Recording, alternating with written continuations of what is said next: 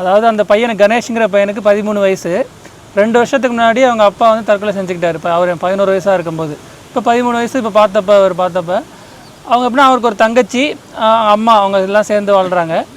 அப்படி இருக்கிறப்ப வந்து அவன் வந்து ஸ்கூலுக்கு போக மாட்டேங்கிறான் அப்படின்னு சொல்லிட்டு அவங்க அம்மாவும் வருத்தப்படுறாங்க. இவங்கள்ட்டையும் நீங்கள் அவங்கள்ட்ட போய் சொல்லுங்கள், ஸ்கூலுக்கு போக மாட்டேங்கிறான் அந்த பையன், நீங்கள் போய் சொல்லுங்கிறப்ப ஃபஸ்ட்டு நான் போய் அவன்கிட்ட பேசுகிறேன். ஏன்னா நான் ஒரு வெளியாள், நான் போய் கொஞ்சம் பழகினா தான் நான் அவன்கிட்ட ஏதாச்சும் அட்வைஸ்லாம் சொல்ல முடியும் அப்படின்னு சொல்லிட்டு ஒரு 6 மாதம் 7 மாதம் அந்த பையனோட பழகிறாரு. பொதுவான இதெல்லாம் பார்ப்போம், விவசாயிகள் அப்படிங்கிற ஒரு பொதுவான இதில் தான் நம்ம பார்ப்போம். ஆனால் வந்து அவங்களுக்கும் ஒரு குடும்பம் இருக்குது. அந்த மாதிரி அவங்களுக்கு எல்லா மனுஷங்க மாதிரி அவங்களுக்கும் ஒரு குடும்பம், அவங்க வீட்டில் அப்பா அம்மா இருக்காங்க, அவங்களுக்கு மனைவி இருக்காங்க, குழந்தை இருக்காங்க, அந்த மாதிரி ஒரு குடும்பம் இருக்குது. அது வந்து இந்த மாதிரி பெரிய அரசியல் பொருளாதார கட்டமைப்பு இருக்குல்ல, அதுவும் சரி, அரசோட கொள்கைகளும் சரி, ஒரு தனி மனிதனை எப்படி பாதிக்குது. அல்டிமேட்லி அவன் வந்து ஒரு தனி மனிதன் தான். அவன் வந்து ஒரு விவசாயி நம்ம இப்போ சொல்கிறேன் தவிர ஒரு தனி மனிதன் தான். அதையும் அவங்களோட அன்றாட உறவுகள் இருக்குல்ல, மனிதர்கிடையே இருக்க உறவுகளை வந்து எப்படி பாதிக்குது அப்படிங்கிறத பற்றி நிறைய பேர் வந்து பதிவு பண்ண மாட்டேங்கிறாங்க. நம்ம இப்போ தேபால்தேவ் சொன்ன மாதிரி அவர் வந்து இந்த ரோகிங் சொல்லிட்டு பண்ணுவாங்க. அப்படின்னா வந்து விதை தேர்வு, அதாவது வந்து விளைஞ்சதுக்கப்புறம் வந்து எப்படின்னு கேட்டிங்கன்னா வந்து நல்ல அந்த கேரக்டரிஸ்டிக் இருக்கிற இது மட்டும் அந்த பண்புகளை அந்த செடியை மட்டும் வச்சுக்கிட்டு மற்ற செடியெல்லாம் வந்து அவங்க கட் பண்ணிவிடுவாங்க. அப்போ தான் வந்து சீரான ஒரு இதை வந்து நல்ல தரமான விதைகளை வந்து பாதுகாக்க முடியும், மற்ற கலப்பு இல்லாமல் அதை வந்து பாதுகாக்க முடியும் அப்படிங்கிறதுனால அது மாதிரி கிட்டத்தட்ட வந்து ஒவ்வொரு இதையுமே 20 வருஷம் 30 வருஷம் அது மாதிரி இப்போ மினிமம் 12 வருஷம் பாதுகாத்ததுக்கப்புறம் தான் அவர் வந்து மற்றவங்களுக்கு கொடுப்பாராம். அப்படிங்கிறப்ப இவர் என்ன கேட்டார்னா, அது மாதிரி நீங்கள் வந்து இப்போ நல்ல விதைகள்லாம் வச்சுருக்கீங்க, இந்த மாதிரி கொஞ்சம் சரியில்லாத செடிகள் சரியில்லாத விதைகள்லாம் என்ன பண்ணுவீங்கன்னு கேட்டதுக்கு அவர் என்ன சொன்னார்னா, அதாவது வந்து சரியில்லாத விதைகள்லாம் எதனால் வருதுன்னா, how does it impact children? What do they think about this? அது ஒரு 15 வயசு பையன். அவரை வந்து யவத்மாலுங்கிற ஒரு கிராமத்தில் வந்து பார்த்தாரு. அவர் வந்து என்ன பண்ணணும்னு நினச்சாருன்னா, அதாவது வந்து ஒரு தற்கொலை வந்து ஒரு குடும்பத்தை எப்படி பாதிக்குது அப்படிங்கிறத பற்றி இப்போ கொஞ்சம் தெரிஞ்சுக்கணுங்கிறதுக்காண்டி அந்த பையன்கிட்ட போய் பேசுகிறாரு. அதாவது அந்த பையனுக்கு கணேஷ்ங்கிற பையனுக்கு 13 வயசு. 2 வருஷத்துக்கு முன்னாடி அவங்க அப்பா வந்து தற்கொலை செஞ்சுக்கிட்டார். இப்போ அவர் 11 வயசாக இருக்கும்போது. இப்போ 13 வயசு. இப்போ பார்த்தப்ப அவங்க எப்படின்னா அவருக்கு ஒரு தங்கச்சி, அம்மா, அவங்க எல்லாம் சேர்ந்து வாழ்கிறாங்க. அப்படி இருக்கிறப்ப வந்து அவன் வந்து ஸ்கூலுக்கு போக மாட்டேங்கிறான் அப்படின்னு சொல்லிட்டு அவங்க அம்மாவும் வருத்தப்படுறாங்க. இவங்கள்ட்டையும் நீங்கள் அவங்கள்ட்ட போய் சொல்லுங்கள், ஸ்கூலுக்கு போக மாட்டேங்கிறான் அந்த பையன், நீங்கள் போய் சொல்லுங்கிறப்ப ஃபஸ்ட்டு நான் போய் அவங்கள்ட்ட பேசுகிறேன். ஏன்னா நான் ஒரு வெளியாள், நான் போய் கொஞ்சம் பழகினா தான் நான் அவன்கிட்ட ஏதாச்சும் அட்வைஸ்லாம் சொல்ல முடியும் அப்படின்னு சொல்லிட்டு ஒரு 6 மாதம் 7 மாதம் அந்த பையனோட பழகிறாரு. அதுக்கப்புறம் தான் இவர் புரிஞ்சுக்கிறாரு, அந்த பையன் வந்து அவன் ஒரு கனவு நிறைந்த ஒரு பையன், வந்து ரொம்ப ஒரு கனவு உலகத்தில் வாழ்ந்துக்கிட்டு இருக்கான். ரெண்டாவது வந்து அவன் வந்து இப்போ 13 வயசாக இருந்தாலுமே அவங்க அப்பா தற்கொலை செஞ்சுக்கிட்டதுனால இப்போ அவன் தான் வந்து தலையெடுக்கணும். அதனால் வந்து அவன் வந்து ஒரு அடல்ட் மாதிரி, ஒரு பெரிய இப்போ ஒரு வயசுக்கு வந்து ஒரு நல்ல ஒரு முதிர்ச்சியான ஒரு ஆள் மாதிரியும் அவன் வந்து பிஹேவ் பண்ணுறான். அதே சமயத்தில் அவனுக்கு வந்து எந்நேரமே விவசாய நிலத்திலே தான் அவன் வந்து அவன் டயத்தை செலவழிக்கிறான், நேரத்தை. அப்படி இருக்கும்போது அவனுக்கு வந்து விவசாயம் பண்ணணுன்னு ஆர்வம் அதிகமாக இருக்குது. ஆனால் வந்து அதே சமயத்தில் ஒரு பயமும் இருக்குது. ஏன்னா இப்போ தான் அவனுக்கு 13 வயசு, இப்போ தான் அவன் வந்து நிலத்துக்குள்ளே போகிறான். அப்படிங்கிறப்ப அந்த சமயத்துலாம் இவர் போய் அவரை போய் பார்க்குறாரு. அதாவது அவனோட வாழ்க்கையில் வந்து எல்லாமே முரணாக இருக்குது. அதாவது அவன் ஒரு 13 வயசு பையன், ஆனால் வந்து அவன் அதுக்குள்ளேயே அவங்க தப்பாக தவறிட்டதுனால வந்து முதிர்ச்சியும் தெரியுது. அதே சமயத்தில் அவனுக்கு நிறைய கனவுகளும் இருக்குது, அதே சமயத்தில் பயமும் இருக்குது. அதில் எல்லாம் கலந்து அந்த ஒரு ஒரு நிலையற்ற ஒரு சமயத்தில் தான் போயிட்டு இவர் வந்து அந்த பையனை போய் பார்க்குறாரு. இல்லை அவர் கொஞ்சம் தான் சொல்லியிருக்காரு, அது ஒரு விரிவாக சொல்கிறாரு. இல்லை அவங்க வந்து அதுக்கப்புறம் என்னாச்சுன்னா, அந்த மாதிரி அவன் வந்து ஸ்கூலுக்கு போகாமல் அந்த விவசாய நிலத்திலே சுற்றிக்கிட்டு இருந்தான்னு சொன்னேன்ல. அதுக்கப்புறம் ஒரு கட்டத்தில் என்னென்னா கவர்மெண்ட் ஸ்கீம் ஒன்று வந்தது. அதில் எப்படின்னா வந்து இது மாதிரி தற்கொலை செஞ்சுக்கிட்ட வந்து அப்பா அவங்க குடும்பத்தில் இருக்கிற பசங்களை வந்து ஸ்கூலில் சேர்த்து அவங்களே கவர்மெண்ட்டே ஸ்கூலில் சேர்க்குற மாதிரி ஒரு ஸ்கீம் கொண்டு வந்தாங்க.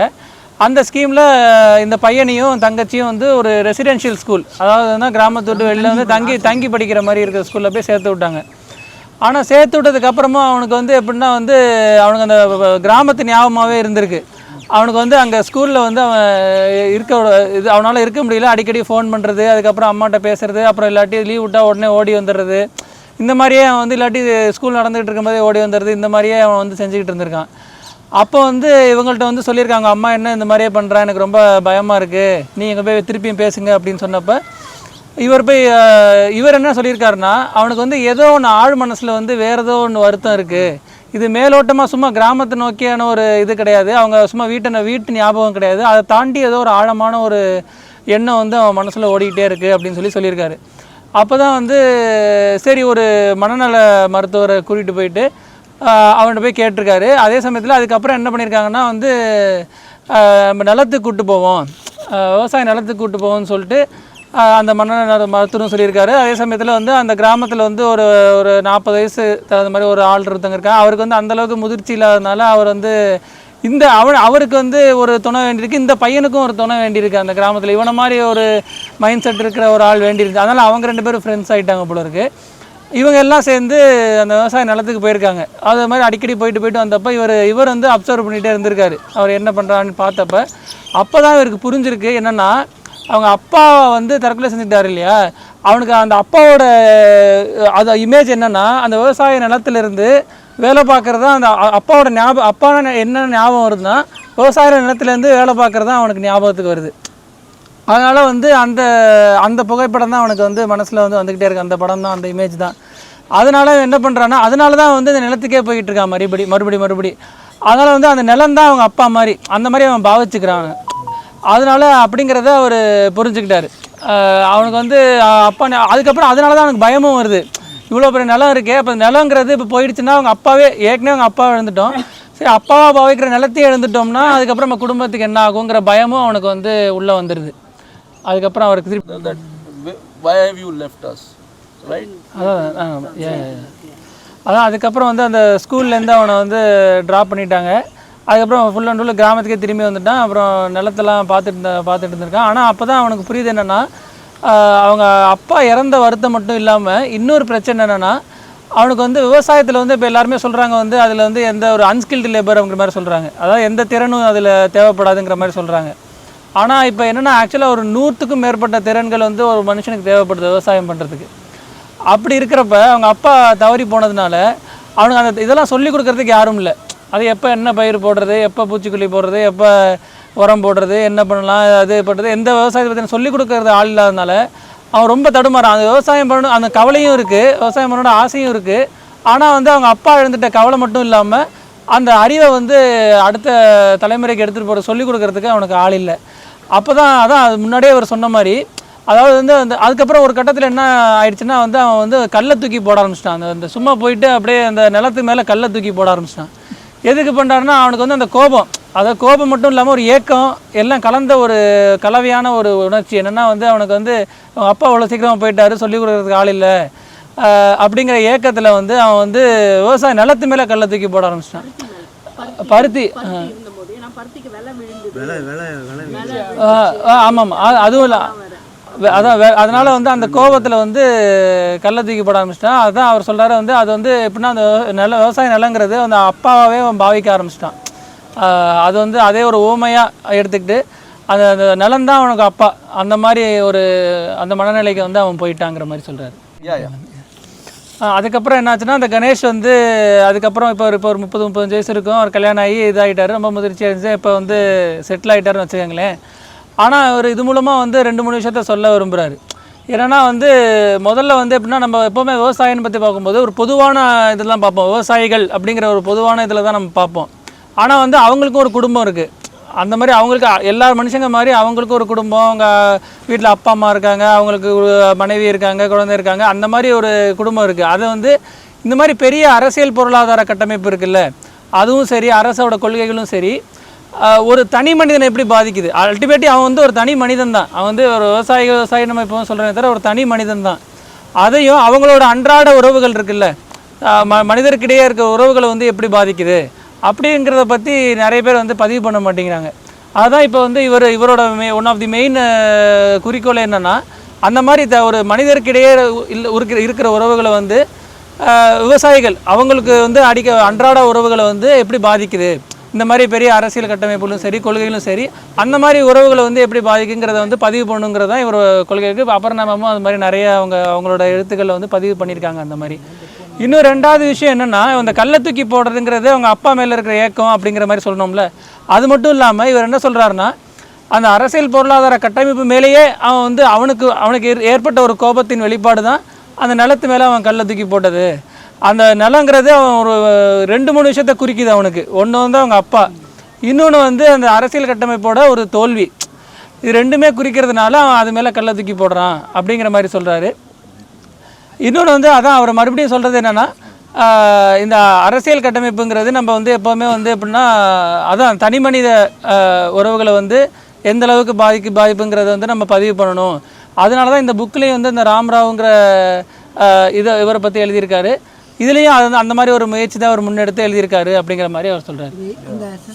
பேசிக் இன்ஜெக்ஷன் இல்லை அதான் ஒரு எழுத்தாளராக இருந்தாலும் சரி, நம்ம படிக்கிறவங்களாக இருந்தாலும் சரி, இப்போ விவாதிக்கிறோம். நம்ம எப்படின்னா வந்து நம்ம எப்போவுமே எப்படின்னா இவர் எழுத்தாளராக அவரோட கடமை என்னென்னா ஒரு இவரோட விருப்பம் என்னென்னா வந்து ஒரு தனி மனித அதான் ஒரு உறவுகளை வந்து பதிவு பண்ணணும், அவங்களுக்கு வந்து எடுத்து செல்ல முடியும். இப்போ உங்களில் ஒருத்தரை பற்றி வந்து ஒரு கதை எழுதுனா தான் நீங்கள் வந்து உங்களுக்கு வந்து அது உங்கள்கிட்ட போய் சேரும். அந்த மாதிரி ஒரு நோக்கத்தோடு தான் எழுதுகிறாரு. ஆனால் அத்தோடு நின்றக்கூடாது. அது தாண்டி வந்து அந்த அரசியல் பொருளாதார கட்டமைப்பு எப்படி, மற்ற சமூக ஏற்றத்தாழ்வுகள் எப்படி இருக்குது, அதோடையும் கனெக்ட் பண்ணிக்கணும். நம்ம எப்படின்னா நம்ம ஒரு தனி மனித இதை வந்து எப்படி பாதிக்குது ரெண்டுத்தையுமே வந்து நம்ம சில சமயம் அதை எழுதும்போது ரொம்ப கஷ்டம். ஏன்னா வந்து நம்ம ஈஸியாக வந்து ஏதாச்சும் ஒன்றை ஃபோக்கஸ் பண்ணி எழுதுவாங்க. சில பேர் வந்து எப்போவுமே வந்து இந்த அரசியல் பொருளாதாரம் அது சமூக அதை பற்றி தான் எழுதுவாங்க. அது மாதிரி சில பேர் வந்து எப்படின்னா அன்றாட வாழ்க்கையில் நடக்கிறது, அந்த கிராமத்தில் வந்து அது இருக்குது இது இருக்குது அந்த மாதிரி இருக்குது, இவன் வந்து அவன் கல்யாணம் பண்ணிக்கிட்டான் அவங்க அது மாதிரி தான் எழுதுவாங்க. இது ரெண்டுத்தையும் கனெக்ட் பண்ணி எழுதுறது, இதை கனெக்ட் பண்ணி பார்க்குறதுங்கிறது ரொம்ப ஒரு சிரமமான விஷயம். எனக்கு சொல்லும் போது ஈஸியாக இருக்கும், ஆனால் நம்ம எழுதும் போதோ படிக்கும் போதோ நம்ம வந்து ஒரு பேசும்போது கூட அது ரொம்ப சிரமமான விஷயம். அதை வந்து நம்ம ஒரு எழுத்தாளராக ஒரு கையில் எடுத்துக்கிறேன் அப்படிங்கிறாரு. ஆனால் நம்மளும் வந்து இது மாதிரி விவாதம் பண்ணும்போதும் சரி, நம்ம அன்றாட பார்வையிலும் சரி, அந்த மாதிரி ஒரு எண்ணத்தை வந்து நம்ம வந்து உள்வாங்கிக்கணும். எப்போவுமே அது மாதிரி நம்ம வந்து பார்க்க பழகிக்கணும் நம்ம அப்படிங்கிறத ஒரு முன்வைக்கிறாரு. குரு விதை ஆசான் யாருன்னு கேட்டிங்கன்னா தாதாஜி கோப்ரகடைன்னு சொல்லிட்டு மகாராஷ்டிராவில் விதர்பா ஏரியாவில் வந்து இருக்கிறவர். விதர்பாவும் எப்படின்னு கேட்டிங்கன்னா கிட்டத்தட்ட நம்ம ஊர் மாதிரி ஒரு மானாவாரி பூமி தான், மகாராஷ்டிராவோட கிழக்கு பகுதியில் இருக்குது. அதனால் வந்து அவர் வந்து கிட்டத்தட்ட அவர் நிறைய பாரம்பரிய விதைகளை வந்து இது மாதிரி சேமிச்சு வைக்கிறார். சேமிக்கிறது மட்டும் இல்லாமல் அதை வந்து பாதுகாத்து வருஷம் வந்து கிட்டத்தட்ட ஒரு 17 விதைகளை வந்து வருஷம் பயிரிடுவாராம். ஏன்னா அது பயிரிடுறது மூலமாக தான் சேமிக்க முடியும். தேபால் தேவில் பார்த்த மாதிரி அது மாதிரி வருஷம் 17 விதைகளை வந்து அவர் பயிரிட்டு இது பண்ணுவாராம். அப்போ வந்து ஒரு வெரைட்டி HMT சோனாங்கிறது அவர் பாதுகாத்து டெவலப் பண்ண வெரைட்டியை தான் வந்து அந்த Punjab agriculture Vidarbha agriculture university எடுத்துக்கிட்டாங்களாம். அதுக்கு திருடிட்டாங்களாம். அதுக்கப்புறம் வந்து இவர் வந்து அவங்கள்ட்ட கேட்டு அதுக்கப்புறம் அந்த ஆமாம் அது எல்லா வெரைட்டியுமே அந்த மாதிரி தானே, அது திருப்பி உங்களுக்கு ஏதோ காம்பன்சேஷன் கொடுத்தாங்கங்கிற மாதிரி சொல்கிறாரு. அவர் முக்கியமாக என்ன சொல்கிறாருன்னா வந்து அதான் நம்ம இப்போ தேபால் தேவ் சொன்ன மாதிரி அவர் வந்து இந்த ரோகிங் சொல்லிட்டு பண்ணுவாங்க. அப்படின்னா வந்து விதை தேர்வு, அதாவது வந்து விளைஞ்சதுக்கப்புறம் வந்து எப்படின்னு கேட்டிங்கன்னா வந்து நல்ல அந்த கேரக்டரிஸ்டிக் இருக்கிற இது மட்டும் அந்த பண்புகளை அந்த செடியை மட்டும் வச்சுக்கிட்டு மற்ற செடியெல்லாம் வந்து அவங்க கட் பண்ணிவிடுவாங்க. அப்போ தான் வந்து சீரான ஒரு இதை வந்து நல்ல தரமான விதைகளை வந்து பாதுகாக்க முடியும், மற்ற கலப்பு இல்லாமல் அதை வந்து பாதுகாக்க முடியும் அப்படிங்கிறதுனால அது மாதிரி கிட்டத்தட்ட வந்து ஒவ்வொரு இதையுமே 20 வருஷம் 30 வருஷம் அது மாதிரி இப்போ மினிமம் 12 வருஷம் பாதுகாத்ததுக்கப்புறம் தான் அவர் வந்து மற்றவங்களுக்கு கொடுப்பாராம்.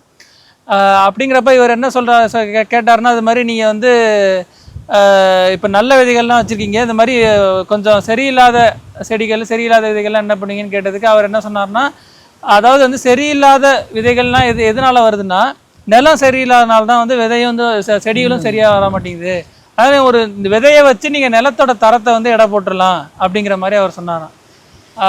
நிலம் எப்படி இருக்கோ அதுக்கு தகுந்த மாதிரி தான் விளைச்சல் இருக்கும் அப்படி மாதிரி சொன்னாராம். அதை தவிர்த்து அவர் வந்து நிறைய விதை சேகரிப்பாளரை வந்து அவங்க பார்த்துருக்கேன், அஞ்சமாலுங்கிற ஒருத்தவங்களை பார்த்தேன் அப்படின்னு சொல்லி ஆரம்பித்தார் அவர். Dadaji கோப்ரகடே is another story. He was a very fighting spirit. கோப்ரகடே அந்த தாதாஜி கோப்ரகடேக்கு வந்து ஒரு தங்கப்பதக்கம் தந்தாங்களாம். அவர் வந்து இதை வச்சு என்ன பண்ண போகிறோம் அப்படின்னு சொல்லிட்டு அதை விற்று காசாக்கி அவர் நிலம் வாங்கிட்டா அது மேலும் நம்ம விதை நல்லா பயிரிடலாம் எக்ஸ்பெரிமெண்ட் பண்ணலாம்னு சொல்லிட்டு அவர் நினச்சிருக்காரு. அப்படின்னு சொல்லிட்டு நம்ம சேட்டு கடைக்கு எடுத்துகிட்டு போகும்போது அடை விற்கிற கடைக்கு எடுத்துகிட்டு போகும்போது இந்த மாதிரி வந்து அது கோல்டு இல்லை, அது வந்து சும்மா கவரிங் தான் சொல்லியிருக்காங்க. அப்படிங்கிறப்ப இவர்கிட்ட வந்து சொன்னாராம் ஃபோன் பண்ணி, இது மாதிரி கோல்டு இல்லை இதில் ஒன்றும் இல்லை அப்படின்னு நாக்பூர் கூட்டு வர சொல்லியிருக்காரு. அங்கே பார்த்தாலும் இது கோல்டு இல்லைன்னு சொன்னோடனே இவர் போயிட்டு டேரெக்டாக வந்து இவர் அதை பற்றி ஒரு எழுதியிருக்காரு. இது மாதிரி இவர் ஜெர்னலிஸ்ட்டுங்கிறதுனால இது மாதிரி எழுதினோடனே யாரெல்லாம் தங்கப்பதக்கம் இது வரைக்கும் வாங்கினாங்களோ அவங்க எல்லாமே வந்து இது மாதிரி செக் பண்ண ஆரம்பிச்சு அந்த கோல்டு இல்லைன்னு சொல்லி அது ஒரு பெரிய ஒரு இஷ்யூவாக போயிடுச்சு. அதுக்கப்புறம் அதான் அவர் சொல்கிறாரு. அதுக்கப்புறம் என்ன சொன்னார், சிஎம் அது வந்து ஒரு பெரிய ஸ்கேம் மாதிரி கொண்டு வந்து இது மாதிரி அதுக்கப்புறம் என்ன கண்டுபிடிச்சிருந்தாங்கன்னா வந்து அந்த இதை வந்து நிறைய அதிகாரிகள் வந்து அதை வந்து கையாளல் பண்ணிட்டாங்க. So then later chief minister and the deputy chief minister went to his village home and gave him the real gold. Real gold medal was given to him. They went to his home. I was there and Minister Vilasrao Deshmukh also bought him 5 acres of land from his personal money. And he told his officers that this man is the real gold. He's not like you all metal people in front of people, right? He has given one of the most important rice varieties to not just our state but to the entire humankind. And so Dadaji was celebrated, felicitated in his village. Government apologized, the CM went, and then I think after that Dadaji died about 7 years ago, 6-7 years ago. அதான் அதுக்கப்புறம் வந்து original தங்கப்பதக்கம் கொடுத்து அதுக்கப்புறம் வந்து அந்த முதலமைச்சர் விலாஸ்ராவ் தேஷ்முக் அவர் சொந்த காசுலேயே 5 லட்ச ரூபா கொடுத்து ஒரு நிலம் வாங்கி But like most of the farmers here who have their own seeds, only that farmer can identify what is that real seed. Let's say HMT Sona, Dadaji Khobragade's seed. Now there are many HMT Sona rice varieties in the market. This is HMT Sona, this is HMT Sona, that is HMT Sona. This is everybody is now HMT Sona. It's like McDonald or you know your. It was only Dadaji Khobragade who would tell me how to identify HMT Sona. What is the real HMT Sona? Only he would tell us. And so I would buy my rice directly from him. HMT was very good rice. And he also said that அது 60% அந்த ஏரியால வந்து அந்த அரிசி variety 60%. Only they will know. No, so HMT Sona 60% of the crop. 60% of the total cropped area in central India, even now. அது அவரோட தான் கண்டுபிடிக்க முடியுமாமா? அதான் அவருக்கு மட்டும் தான் தெரியும். மற்றவங்கள்ட்ட இருக்கிறது வந்து கலப்படமா இருக்கும். அவருக்கு மட்டும் தான் வந்து உண்மையான HMT Sona எதுன்னு தெரியும். அந்த ஏரியால வந்து 60%. How did the HMT Sona came name? When he went to with the seeds to the market for the first time, traders liked it. They said, what should I name it? Dadaji was wearing HMT Sona watch. So his time, he noted time 4 PM on this day on HMT. He said HMT Sona kar do. அதாவது HMT Sonaங்கிற பேர் எப்படி வந்ததுன்னா அவங்க எடுத்துட்டு போய் கேட்டப்ப என்ன பேர் வைக்கலாம்னு சொல்லிட்டு அது அந்த அக்ரிகல்ச்சர் இன்ஸ்டியூட்ல கேட்டப்ப வந்து ஒரு HMT Sona வாட்ச் கட்டியிருந்தாராம். அதை பாட்டு 4 மணி ஆயிடுச்சு, சரி HMT Sonaனே வச்சிருவோம் அப்படின்னு. There is one more rice variety which is very popular. It's called Jai Shri Ram. Jai Shri Ram. The Jai Shri Ram variety originally is called DRK7. Dadaji Ramaji Khobragade 7th variety. DRK7 traders Jai Shri Ram. It's selling hot cake. Everybody buys Jai Shri Ram. These days in India, everybody is buying Jai Shri Ram. So that DRK7 is Jai Shri Ram. அதான் அவரோட ஒரு இது வந்து I think it's my personal opinion that like the farmers should visit Vidarbha because there's a lot of similarity between Vidarbha. You should. I mean, I know several farmers and their groups who are seed savers. You are most welcome. I can show you the problem side, and we can visit the brighter side also. This year it's going to be very less rainfall, right? Yeah, so we know. So there is like, already drought-like situation in here. So we can think of winters or maybe. No, like they also can procure like drought-resistant seeds and other thing. Yeah, sure. Anyway. இப்போ வந்து நம்ம தவிர்க்க முடியாது, நம்ம மெஷின்கள் வந்து நம்ம ஒரு கட்டத்துக்கு அப்புறம் தவிர்க்க முடியாது. நம்மளே நிறைய பேர் டிராக்டர்லாம் யூஸ் பண்ணி தான் இருப்போம்.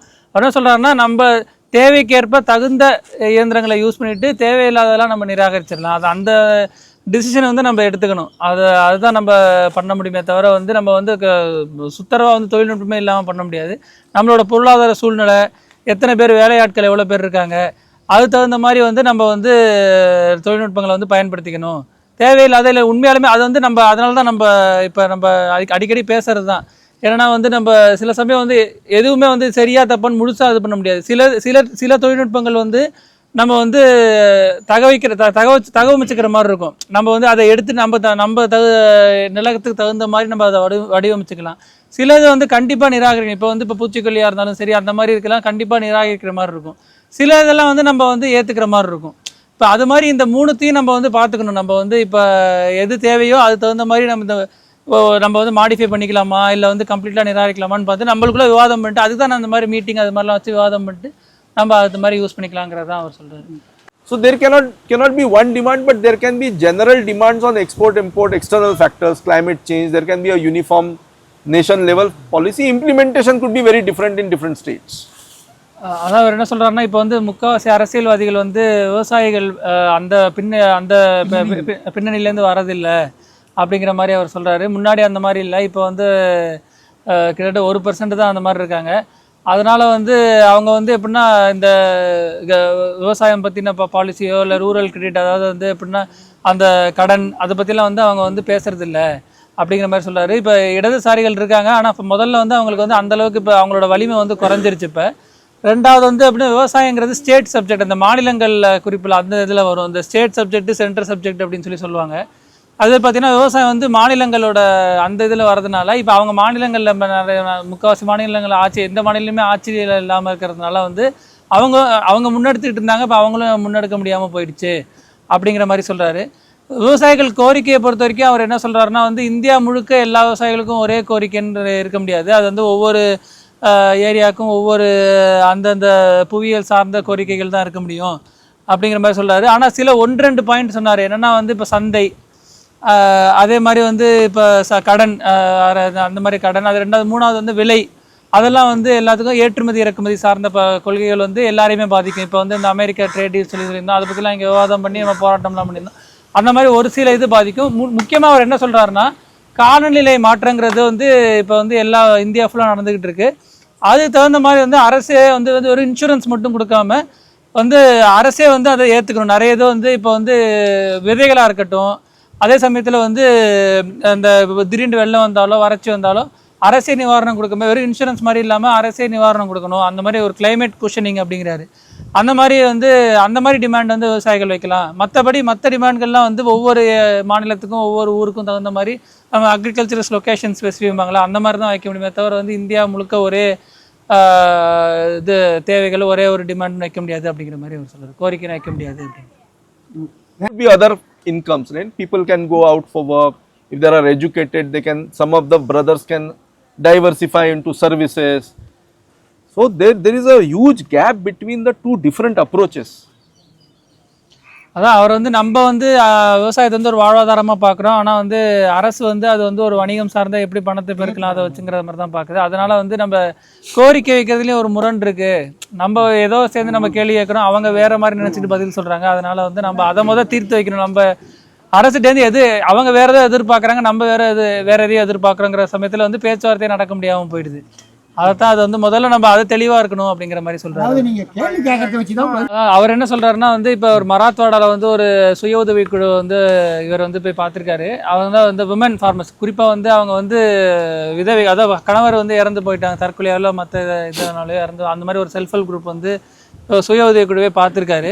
அவங்க என்ன பண்ணுறாங்கன்னா, அதாவது இது ஆரம்பத்துலேருந்தே என்ன கேள்வினா விவசாயத்தை நம்ம எதுவா பார்க்குறோம், அதாவது better income, so multiple source of income. அதாவது நம்ம வந்து தேவைக்கு உண்டானதை வந்து நம்ம வச்சுக்கிட்டு வாழ்வாதாரத்துக்கு வச்சுக்கிட்டு எக்ஸ்ட்ரா வந்து நம்ம வந்து இது மாதிரி வந்து நம்ம மதிப்பு கூட்டியோ இல்லை இது மாதிரி வந்து ஒரு பிராண்டடாக்கியோ நம்ம விற்கலாம். அந்த மாதிரி வைக்கும்போது நம்ம வந்து அதே சமயத்தில் வந்து இந்த மாதிரி வெறும் வாழ்வாதாரம் Sahaja Aharam on YouTube, Sahaja Aharam Hyderabad, check that out. It's a big seed saving collective, but federation of 100,000 farmers now. But is it related to the Sahaja of Karnataka? It's Sahaja brand.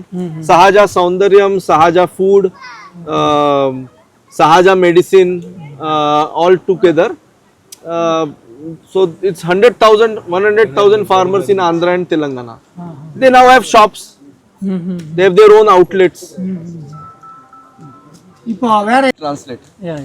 இப்போ விவசாயிகள் மிகப்பெரிய நெருக்கடியில் இருக்காங்க. அந்த நெருக்கடியை போக்குறதுக்கு அரசு கொள்கையை மட்டும் முடிவெடுக்க முடியுமா, இல்லைன்னா அவருடைய விவசாயிகளை தரம் உயர்த்த கல்வி கொடுப்பதன் மூலம் அல்ல பயிற்சி கொடுப்பதன் மூலம் அவர் பிரச்சனையை தீர்வு காண முடியுமா அப்படின்னு? அதாவது விவசாயம் சார்ந்த கல்வின்னு சொல்றீங்க. விவசாயம் சார்ந்த கல்வி அவருக்கு வந்து இப்போ சொல்கிறோம் இல்லையா, நிறைய விவசாயிகள் அரசாங்கம் உதவி பண்ணால் கூட அவங்க கல்வி கொடுக்கலன்னா அவங்களால வெற்றி பெற முடியாது. வாட் இஸ் ஸோ அவர் என்ன சொல்கிறாருன்னா இப்போ வந்து விவசாய கல்விங்கிறப்ப எந்த மாதிரி விவசாயத்தை அவங்க சொல்லிக் கொடுக்குறாங்கிறதுலையும் இருக்குது. அவங்க வந்து மறுபடியும் அந்த உற்பத்தி சார்ந்து இந்த மாதிரி பூச்சிக்கொல்லி அந்த ரசாயன உரம் அதை சார்ந்த வந்து விவசாயம் சொல்லிக் கொடுத்து எந்த பயனும் இல்லை அப்படிங்கிறாரு. இவர் அதையும் தாண்டி ஒரு கட்டத்துக்கு மேலே எடுத்துகிட்டு போகிறாரு. இப்போ விவசாயங்கிறது ஒரு 10,000 வருஷமாக தான் இந்த வருடாந்திர முறை இருக்குது. அதாவது வருஷத்துக்கு இப்படி பண்ணி இது பண்ணணுங்கிறது அதுக்கு. ஆனால் வந்து இந்த உணவு கட்டமைப்புங்கிறது அதுக்கு முன்னாடிலேருந்தே மனுஷன் வந்து பயன்படுத்திகிட்டு இருக்கிறது. நம்ம அதையே வந்து கேள்விக்கு உண்டாக்கணும். வெறும் இப்போ இருக்கிற இந்த நாகரீக இந்த இப்போ இருக்கிற விவசாய முறையை தாண்டி 10,000 வருஷமாக நம்ம என்ன பண்ணிட்டு இருக்கோமோ அதுலேயே சில குறைபாடுகள் இருக்குது. அதையும் நம்ம நிவர்த்தி செய்யணும். அதை நோக்கி நம்ம வந்து பயணிக்கணும் அப்படிங்கிற மாதிரி சொல்கிறாரு. அதாவது என்ன சொல்கிறாருன்னா வந்து இப்போ வந்து இந்த வருடாந்திர விவசாய முறைப்படி பார்த்தீங்கன்னா கரிம வளம் வந்து நிறைய எடுக்க வேண்டியதாக இருக்குது. ரெண்டாவது வந்து இப்போ 10,000 வருஷத்துக்கு முன்னாடி இப்போ மரமோ செடியோ வந்து ஒரு நிரந்தரமாக அது வந்து விவசாயம் பண்ணணும், வருஷம் வெட்டி அவசியம் இல்லை.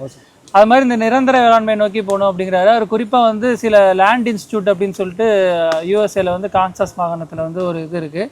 அங்கே என்ன பண்ணுறாங்கன்னா வந்து இப்போ நம்ம உபயோகப்படுத்துகிற நம்ம வந்து இப்போ நுகர்ற வந்து சில இந்த சோளம் அதெல்லாமே வந்து மறுபடியும் வந்து இந்த ரீபெரனலைசேஷன் அப்படிங்கிறாங்க. அதாவது நிரந்தரமாக, அதாவது 6 மாதம் ஒரு வாட்டி அது விளைஞ்சிக்கிட்டே இருக்கும் 10-12 வருஷத்துக்கு. இப்போ இந்த பெர்மாகல்ச்சருங்கிறாங்களா அது மாதிரி அவங்க வேற ஏதோ ஒரு நிரந்தர வேளாண்மை முறைப்படி பண்ணிட்டு இருக்காங்க. அந்த மாதிரி நம்ம வந்து இது பண்ணணும். ஏன்னா இதில் வந்து நம்ம நிறைய வந்து சத்தை எடுத்துக்கிறோம் நிலத்துலேருந்து, திருப்பி கொடுக்க முடியாமல் போயிடுது. அதனால நிறைய பிரச்சனைகள் வருது அப்படிங்கிறார். கொள்கைகள் மட்டுமே வந்து மாற்றத்தை ஏற்படுத்த முடியாது.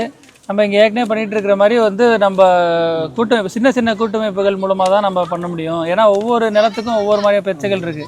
எல்லாத்துக்கும் ஒரே தீர்வுங்கிறது வந்து அரசாலையும் கொடுக்க முடியாது, நம்மளும் வந்து கோரிக்கை வைக்க முடியாது.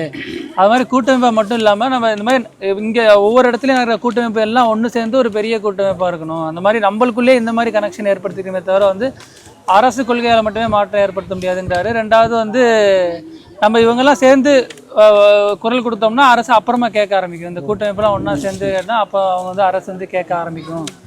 நம்ம போராட்டங்கள்லாம் பண்ணணும், எல்லாம் பண்ணணும், அது பண்ணாமல் இருக்க வேண்டாம். ஆனால் வந்து அரசு கொள்கையை மட்டுமே வந்து நம்பி நம்மளால் வந்து செயல்பட முடியாது. இந்த மாதிரி கூட்டமைப்புலாம் உருவாக்கணும் அப்படிங்கிற மாதிரி சொல்கிறாங்க. சிறுமையாக இருக்கிறது தான், அதாவது என்னன்னா சின்னதாக இருக்கிறது தான் நல்லாயிருக்கும். அந்த ஸ்மாலஸ்ட் பியூட்டிஃபுல் அந்த ஸ்கியூமேக்கர் சொன்ன மாதிரி அந்த சின்னதாக நம்ம ஒன்று சேர்ந்தால் தான் வந்து சின்னதாக இருக்கணும். ஆனால் நிறைய அங்கங்கே சின்னதாக இருக்கிறவங்களாம் நம்ம ஒன்று சேர்ந்து செயல்படணும் அப்படிங்கிற மாதிரி சொல்கிறார். இந்திய கல்வி முறை Meenaj, he is the founder, one of the founding members of the collective. So like he is 95 years old. 98 years old. Oh, 90 only. 90. Okay. 90. So he is. He was. So he has come all the way. Yeah. He attends every meeting, sir. Actually. இந்திய அரசாங்கம் வந்து தொழில்துறை மையப்படுத்தி கல்வியும் இன்ஃப்ராஸ்ட்ரக்சரும் உருவாக்குறாங்க.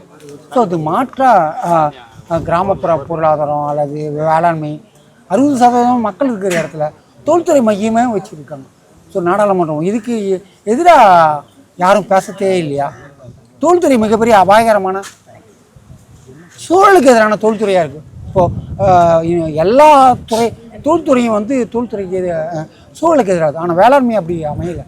So ஏன் இந்த தொழில்துறை எங்காவது ரிட்டர்ன் ஆகிறதுக்கு வாய்ப்பு இருக்கா? அவர் என்ன சொல்கிறாருன்னா வந்து விவசாயிகள் வந்து பெருமளவு இருக்காங்க. ஆனால் வந்து விவசாயத்தோட கான்ட்ரிபியூஷன் வந்து அந்த பொருளாதாரத்தில் வந்து ரொம்ப குறைச்சி தான் 12% 13% இருக்குது. ரெண்டாவது விவசாயிகள் ஓட்டு போடும்போது விவசாயிகளாக ஓட்டு போடுறதில்ல. அவங்கவுங்களோட அடையாளங்கள் சாதி அது மாதிரி மதமாக பிரிஞ்சிருக்காங்க. ஒவ்வொரு ஸ்டேட்லேயும் ஒவ்வொரு மாதிரி இருக்காங்க. அதனால் அவர் என்ன சொல்கிறேன்னா தேசிய அளவில் ஒருங்கிணைக்கணும். யாருன்னா விவசாயிகள் மட்டும் கிடையாது, விவசாய தொழிலாளிகள், பெண் விவசாயிகள், அதுக்கப்புறம் வந்து மீனவர்கள், நெசவாளர்கள், அப்புறம் அந்த மாதிரி அங்கேருந்து அலைடு அந்த விவசாயம் சார்ந்து இருக்கிற தொழிலில் இருக்கிறவங்க, அங்கே வேலை பார்க்குற தொழிலாளிகள், அதுக்கப்புறம் வந்து எல்லாருமே தொழிலாளிகள் எல்லாம் ஒன்று சேர்ந்து ஒரு தேசிய அளவில் ஒருங்கிணைப்பு இருக்கணும். அப்போ தான் வந்து கவர்மெண்ட் வந்து விவசாயத்தை நோக்கி திரும்பி பார்க்கும். அது மாதிரி கிராம சபைகளை வந்து நம்ம வந்து வலுப்படுத்தணும். அதுலேருந்து தான் வந்து இது பண்ணணும். அது கிராம சபை மாதம் கூட்டம் நடக்கணும். அது ஏற்கனவே ஒரு இது இருக்குது, ஆனால் யாரும் ஃபாலோ பண்ணுறதில்ல. அதெல்லாம் கொண்டு வந்தால் தான் வந்து கிராமங்களை நோக்கி வந்து கவர்மெண்ட் வந்து அரசு வந்து திரும்பும் அப்படிங்கிற மாதிரி அவர் சொல்கிறார்.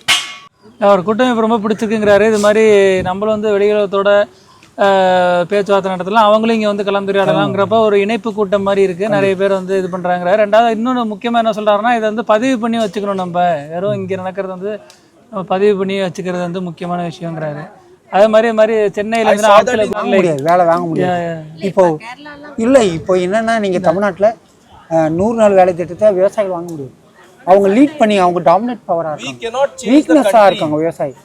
அவங்க வரவங்கெல்லாம் வந்து பல விதமான விவரங்களோட வராங்க, உட்கார நாங்கள் பார்த்துட்டோம். நீங்கள் அது பண்ண முடியாது. நீங்கள் ஆட்டோ ஓட்டுறவங்க மனைவி வராங்க, அப்புறமா இவங்கெல்லாம் லேண்டில் நிலம் வச்சுக்கிறவங்களாம் புரியுங்க, அவங்க டாமினேட் பவர். இந்த 100 நாள் வேலையில் வரவங்கெல்லாம் விவசாயிகளுடைய குரலை அடக்கிற மாதிரி வராங்க. உட்கார உன் வேலையை பாரு, நீ என்ன சம்பளம் கொடுக்குறியா, நீ என்ன காசு கொடுக்குறியா, வேலையை போய் பாரு, நாங்கள் செய்ய மாட்டோம். லாஸ்ட் கொஸ்டின், இந்த சர்வதேச இப்போ சமீபத்தில் ஓராண்டில் போடப்பட்ட ஒப்பந்தம் விவசாயிகளை கண்டிப்பாக பாதிக்காத ஏதாவது குறிப்பிட்ட ஒரு இந்தியா அமெரிக்கா ஒப்பந்தம், யூஎஸ் யூகே ஒப்பந்தம், அப்புறமா எல்லா நாடுகளிலும் ஒரு கிட்டத்தட்ட 10-15 ஒப்பந்தங்கள் போட்டிருக்காங்க, சர்வதேச ஒப்பந்தம். இது வந்து நிறைய பிரச்சனைகளை நம்ம விவசாயிகளுக்கு உருவாக்குங்கிற மாதிரி தான் சொல்லுவார். இந்த சோயாபீன் இப்போ வந்து இறக்குமதி இது பண்ணிட்டாங்கன்னா நம்மளோட விவசாயிகள் வந்து எங்கே போய் விற்பாங்க? அது மட்டும் இல்லாமல் மற்ற பொருட்களுக்கும் எண்ணெய், அதுக்கப்புறம் மற்ற சில இப்போ விவசாய பொருட்களுக்கு வந்து அதிகமாக பாதிக்கும், அதை விளைவிக்கிற விவசாயிகளும் அதிகமாக பாதிக்கப்படுவாங்க அப்படிங்கிற மாதிரி தான் சொல்லுவாங்க. ஸோ சர்வதேச ஒப்பந்தம் விவசாயிகளுக்கு எதிரானதுங்கிற மாதிரி தான் எதிர்க்கணுங்கிற மாதிரி தான்.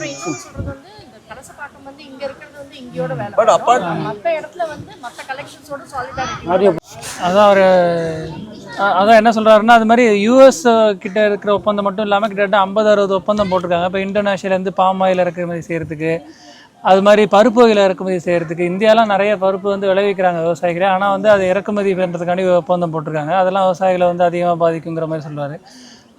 ரெண்டாவது வந்து எதுக்கு நம்ம இறக்குமதி செய்யணும்? நம்ம வந்து இப்போ வந்து எப்படின்னா ஏற்றுமதியை விட வந்து இறக்குமதி வந்து அதிகமாகிடுச்சு, நெட்டு இம்போர்ட் வந்து அதிகமாகிடுச்சு.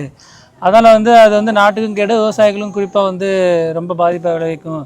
அதுக்கு பதிலாக வந்து நம்ம வந்து விவசாயிகளுக்கே வந்து நிறைய ஊக்கத்தொகை தரலாம். அதாவது எப்படின்னா வந்து இந்த பாமாயிலாக இருக்கட்டும் சரி, சூரியகாந்தி எண்ணெய், நிலக்கடலை எண்ணெய், இதனால விவசாயிகளுக்கு ஊக்கத்தொகை தர்றதுக்கு பதிலாக வந்து இறக்குமதிக்கு தான் அவங்க வந்து ஆதரவாக இருக்காங்க. அது விவசாயிகள் அதிகமாக பாதிக்குது. தமிழ்நாடு விவசாயிகள் சார்பாகவும் கலசபாக்கம் வட்டார விவசாயிகள் சார்பாகவும் நன்றி தெரிவிக்கும். அபர்ணா கார்த்திகேயன் அவர்களுக்கும், ஜெய்தீப் ஹர்த்தார் அவர்களுக்கும் இந்திய விவசாயிகளை பற்றி மிக நுணுக்கமாக ஆய்வு பண்ண நாங்கள் தமிழ்நாட்டில் பல பேரை கேட்டோம், இதுபோல் கிராமப்புறங்களை வந்து ஆய்வு பண்ணுங்கன்னு.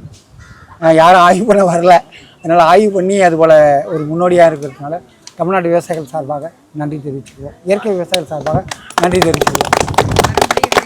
விதை மையத்தின் சார்பாகவும், பெண்கள் இணைப்பு சார்பாகவும், இந்த வட்டார நுகர்வோர் சங்கத்தின் சார்பாகவும், எல்லாருடைய சார்பாகவும் நாங்கள் ரொம்ப ரொம்ப தேங்க்ஸ். இதுபோல் நீங்கள் எக்கனாமிக்கில் பொருளாதார அந்த பொருளாதார நிபுணர்கள் நிறைய பேர் இருக்காங்க. அக்ரிகல்ச்சர் பொருளாதார நிபுணர்களோ அதை பற்றியான ரிப்போர்ட் சொல்கிறதுக்கு ஆட்கள் இல்லை. அது ஸோ அந்த இடத்த ஒரு ஃபில்லப் பண்ணியிருக்காரு. Like you also do an economic analysis of agriculture. The mainstream economists, they don't do that. So it's important that like someone is like doing this sort of analysis. I love countryside with all its good and bad. Countryside is not rosy, but it is a very vast population of our country. So as a citizen, it makes me worried that it's like out of 4 wheels of India, almost 2.5-3 wheels are not running. We are running only on one wheel. So it's like this. The vehicle is like this. So the country cannot progress, sir, without agriculture doing well. Okay. ரொம்ப சூப்பராக போய் முடிச்சுக்குவோம்.